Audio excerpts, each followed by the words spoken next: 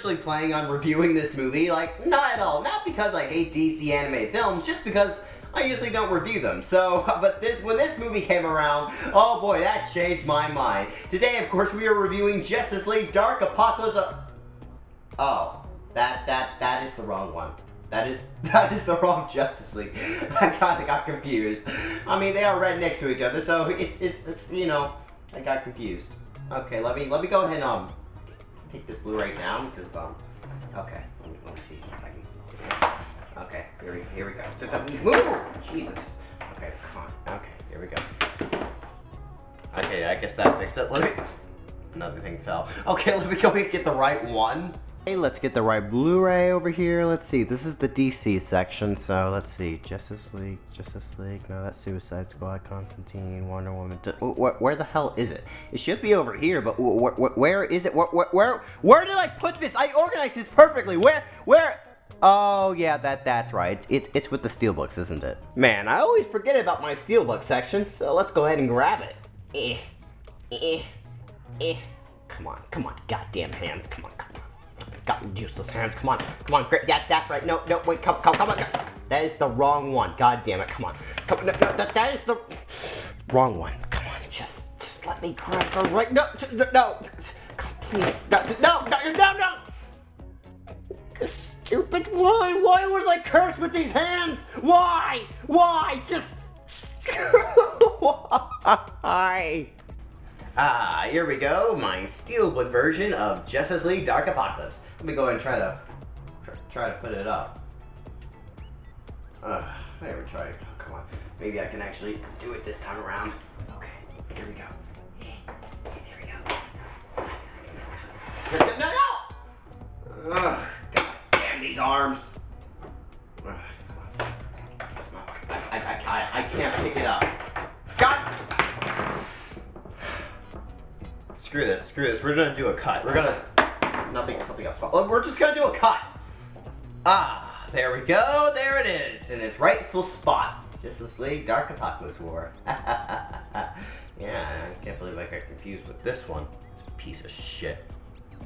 Get out of my face, pile of shit. But anyways, guys. So yeah, you guys know what the movie we're reviewing. Yeah, I wasn't originally planning on reviewing this movie, but after watching, I'm like, I have to talk about this. I have to talk about this. This is the best DC anime movie they have created. This is the best one. I love this. And if you have not seen this movie, you better go watch it. You better go watch it. I mean, you probably want to watch a couple of the DC anime movies before you watch this movie, because this is the ending. This is their end game. This is the Justice League end game of the DC animated universe. This is their end game. So if you have not seen any of them, you need to watch a couple of them and then watch this movie. This is a masterpiece. There's nothing wrong with it. I have only good things to say about this film.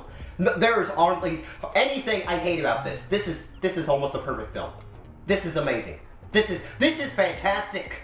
Okay, it is Jesus reincarnated. It's beautiful. It's what the freaking Justice League movie should have been. Okay, this is what the live action Justice League should have been. I just cannot stress how good this movie was. But anyways, I'm about to talk about it, so let's go ahead and roll the clip. No more planning. Just do it.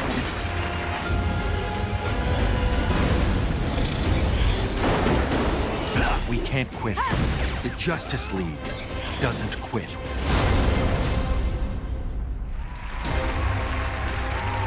For me personally, this movie was a big shock. I think for a lot of people as well, but this was a ginormous shock to me. I mean, I saw one trailer. That was it. I knew what I was getting into. I knew this was like the ending of the DC animated universe. I knew this was like the big crossover movie, so I was extremely excited for it. So yeah, I mean, I did buy it on digital because I was waiting for the Blu-ray release, so I'm a little bit late on this, but yeah, I was excited for it. I was like really excited for it. You know, I am so happy that the trailer basically revealed nothing about this film. Nothing, not even the plot. And I was just, like, my jaw was dropped so many times in this film. Like, just dropped. Just like, just nothing can prepare you for what's about to come. Nothing can prepare you. So basically, this movie kind of just starts off with the Justice League going to fight Darkseid, you know? He's like the Thanos of the DC universe. They're going to fight Darkseid, and Superman's all serious and stuff. It's like, we have to kill this bastard. This guy is going to kill us. So we have to go to him and kill him first. You know, I'm kind of thinking to myself, you know, I don't know if we should just rush in to go defeat the big bad already, but sure, why not, Superman? So they go in and they lose. Oh boy, did they lose. They get their asses handed to them. That's what happens there. Half of them freaking died. Aquaman gets freaking cut in half. Like, people get shredded by those weird creatures. It's brutal. This is a brutal movie. I did not know this movie's rated R until I put the DVD into the DVD player. I'm like, oh shit, this is rated R? Well, why is it rated R? And then I watched the film like, Oh, that's why it's rated R. This is really the end. Because they just keep killing off characters left and right. You know, you like Starfire? Oh shit, she's dead. They cut her ass in half and you see her guts all over the floor. Like her organs and it's like, what? I never want to see Starfire cut out. These are the Teen Titans. And well, they were... Oh, poor Teen Titans. Like, I was happy to see the Teen Titans back because we only got like 2 movies and they were... Yeah, they were okay, but I was hoping for more Teen Titans content, and I was like, I'm not disappointed. I was happy what happened, but just like, god damn, they got brutally murdered. Like, Jesus. These are the Teen Titans. Oh, dear God. Just, well, yeah, so the Justice League die, and we get a time skip. This is like Avengers Endgame. We get a, not a 5-year time skip, but we get a 2-year time skip, and Earth is basically destroyed. Freaking Darkseid destroyed everything. Like, I'm like, wow. This happened. You guys are the Justice League. How could this happen? How could this happen? Whatever. And so basically, not everyone's still alive, but just it's basically like Fury Max Road. But no, I am saying that wrong. I am saying that completely. Mad Max Fury Road. Basically an apocalyptic world, and we start off with John Constantine.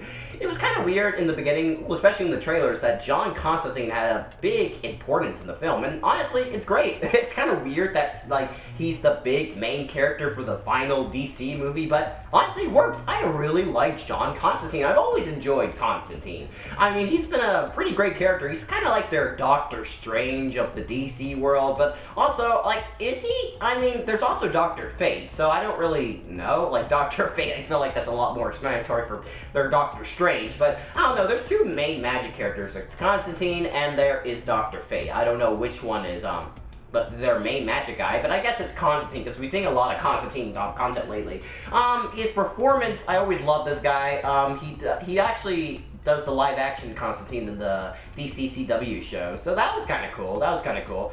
And just Constantine's just a broken man, just drinking all the time, just because the world's in it. And his girl, she's dead. She's dead, and Constantine runs away, and during the fight, which I was kind of like, why did Constantine run? But they do get into that later into the movie, and I'll talk about that, which is fantastic, because Batman. And then we see that Superman comes in, and I'm like, Superman's not dead? Huh, but no, what is terrible is that Superman does not have his powers anymore, because Darkseid, like, injected him with liquid kryptonite, which I guess is a thing now, and so like he's just a guy, and this punishment is just to be on the Earth, seeing that he's failed. That is such a brutal fate. And we see Raven, which I love Raven. Raven is probably my favorite Teen Titan, so I was extremely happy to see her, like a grown version of her, but I'll just like, she's gone crazy just because her father, she's like, get me out of here! Get me out of here! That's her father. Her father, Trigon.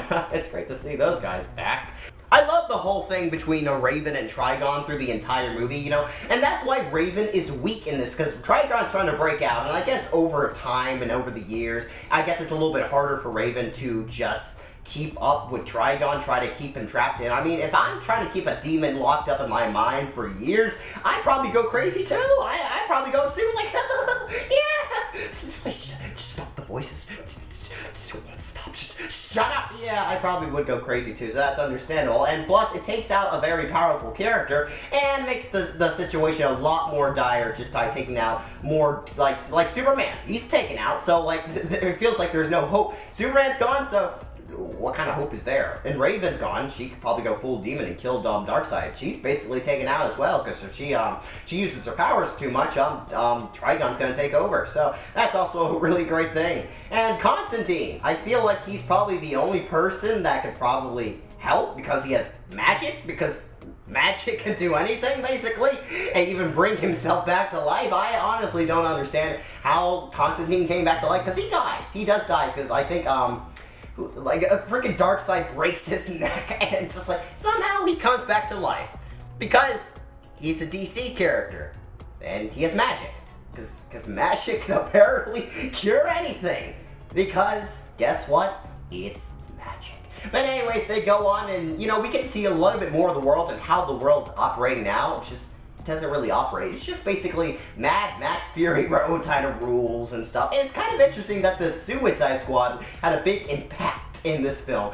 I love the fact that Harley Quinn was in this. Of course, I love anything with Harley Quinn just because I like her character. I just like that crazy, just psychopathic type character. I don't know.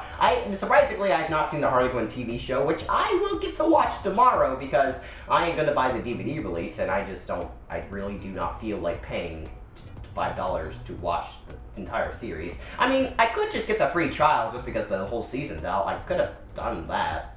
There's a lot of ways I could just watch Harley Quinn for free. I don't know what I've been thinking. I mean, sadly enough, it's on HBO Max, which I was kind of disappointed by, but hopefully in the future it'll be on there. Hopefully. Hopefully. But yeah, the Suicide Squad were there.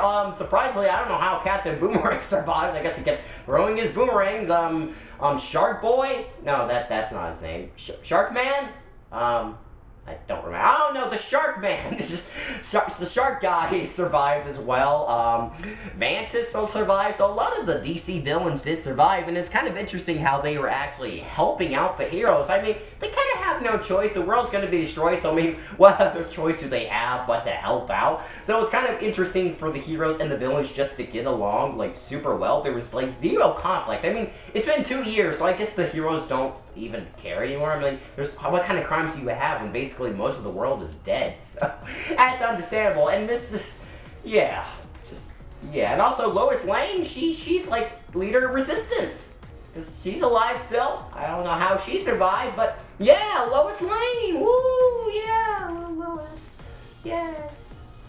Also, we get, like, Damian is now in charge of the, well, just not in charge, what am I trying to say? He's now become the leader of the League of Assassins, so that's an interesting thing. We didn't go much in depth on that, but, you know, I kind of feel like we should have at least gone more in depth on, like, him joining the League of Assassins, but that's fine. I've never been a big Damian fan, like, at all, but, you know, I do like the romance between, Raven and, Damian. They set it up pretty well in the Teen Titans versus Justice League movie, so I was kind of happy for that to be fulfilled finally after waiting that long to see if they were actually a thing, and they actually are. It's kind of weird, but they are. So, yay! Okay. Some of the Justice League members are still alive. Well, sort of alive. I mean, they've been turned to cyborgs. That's kind of interesting. Like, that is just... I want to know what the thought process was when Darkseid was thinking, you know what? Let's give this one a snake tail. Why don't we give this one a snake tail? And this one, let's give him spider legs. Oh shit, that's gonna be cool. Let's give him spider legs! Well, why do they have these? I don't understand. I don't know. Who thinks of this? We're like, I don't know. But it was a cool fight scene. It was a really, really cool fight scene. I'm glad that they, you know, had consciousness back, that they didn't die, and they're still inside, deep down through all that metal. Also, the Flash was actually still alive on, like, life support. He's basically, like, powering, I don't know what he's actually powering, but he's kind of, like, powering something in Darkseid's place. And, you know, also they kind of reference back to Flashpoint, which is a movie I have not watched, like, at all, so I was a little bit confused, which makes me want to go back and watch Flashpoint, but sadly enough, you can't find those DVDs anywhere because they're sold out. I don't understand why, but they're sold out. For some reason, I can watch them on digital, though, so I guess for 1 week I might actually get the DC streaming service, just because I do want to watch this stuff, and I want to understand what all happened. So, yeah, they reference back Flashpoint, and also, as you think about it, you're like, Can't he just, like, go back in time and reverse this? But that would cost another flashpoint, so, I mean, and, like, that's a big rule. Flash does not want to go back in time. Well, I mean, he says he doesn't want to go back in time and fix anything, but he always does this. He always goes back in time and fixes things. Like, don't pull this shit. This is what you do. You are the Flash. That's what, anytime anything big and bad happens, you go back in time and fix it. Even though, like, I can't go way back in time and fix that bullshit. You do this every time. Stop acting like you don't go back in time and fix anything. This is what the Flash does every single time. So yeah, the Flash, he actually does go, like, that's how the movie ends. He actually, like, makes another flashpoint, and I guess that's how they reset the world, and it just fades to white, and that's how the movie ends. Like, there's no, like, solution. They win, but, like, 2 years later, which the world is already destroyed, and they're already saying that they've already lost a lot of, like, magma in the Earth's core, so, like, the Earth's gonna be destroyed anyways. Doesn't really matter what they do now. Like, there's no way of saving anyone else, so, like, you know what? Just do it. Like, like, you have to do it at this point. Like, this is a terrible reality. Just fix all this. So, yeah, he has to go do that. Let's get back to a little bit of, like, Darkseid versus freaking, well, everyone, I guess. They go to Darkseid's planet, which is Apokolips, which I guess I never knew. I mean, I should have known this. It was in, like, Young Justice. I mean, I finally finished Young Justice Season 3. After watching this movie, this gave me more of an incentive to watch it. I'm so excited for Season 4 of Young Justice. Let's get back to this movie. And basically, Cyborg, poor Cyborg, he's just, like, embedded into the freaking mainframe of Darkseid's, like, freaking palace or whatever, and that's, like, he can't even get out. Like, they keep saying, well, we can find a way to get you out. He's like, no, I am trapped here. There is zero way of me getting out. And that's kind of interesting. Like, they kill off so many characters. They kill so, like, Batgirl, oh dear God, she got shredded to pieces. And, like, Superboy, his neck got snapped off. Like, dear God. I was just like, what? They just keep killing characters off the left and right. I mean, this is the end, so it makes sense that they're killing off characters, but just, oh God, just, oh, poor people. Just, poor people. What else happens in this movie? Oh, right, Batman. Oh, poor Batman. He gets mind controlled, and he's placed in that chair. I forget what chair. Maybe you guys can comment down below. Tell me what that chair is called. I know what it is. Because I've seen it in a couple of other DC stuff. It's like it's a very special space chair. I don't remember. He's stuck in the space chair, and basically he's the leading commander of, like, Darkseid's army, and just, like, he's basically his secretary at this. That's sad. I mean, if you want anyone to run things, it would be Batman. So I understand that. And, like, I love, like, the fight between Damian and Batman, and Damian was the only person to get Batman off that mind control crap. And Batman actually cried. He actually cried. That is amazing. Batman was crying. We never see that. We never see Batman cry. That was fantastic. And when you think Damian died, which was really sad because I really wanted Raven and Damian at least have one good moment together, which they did. Thank God they at least had one moment when Raven turned to white. I mean, I know she can do that. I know that's a storyline in, like, a lot of Raven stories, but yeah, she gets her white cloak and they have a moment at the very end. Yeah, but I love the Damian and Batman relationship, and I love how, like, I don't know what he was talking about. Like, I probably should have watched The Son of Batman or Batman vs. Robin to understand more of this, but yeah, well, whatever. It was great. It was really great to show that Batman really does care. Deep, very, very deep down in his heart, that he was able to share one tear. Beautiful.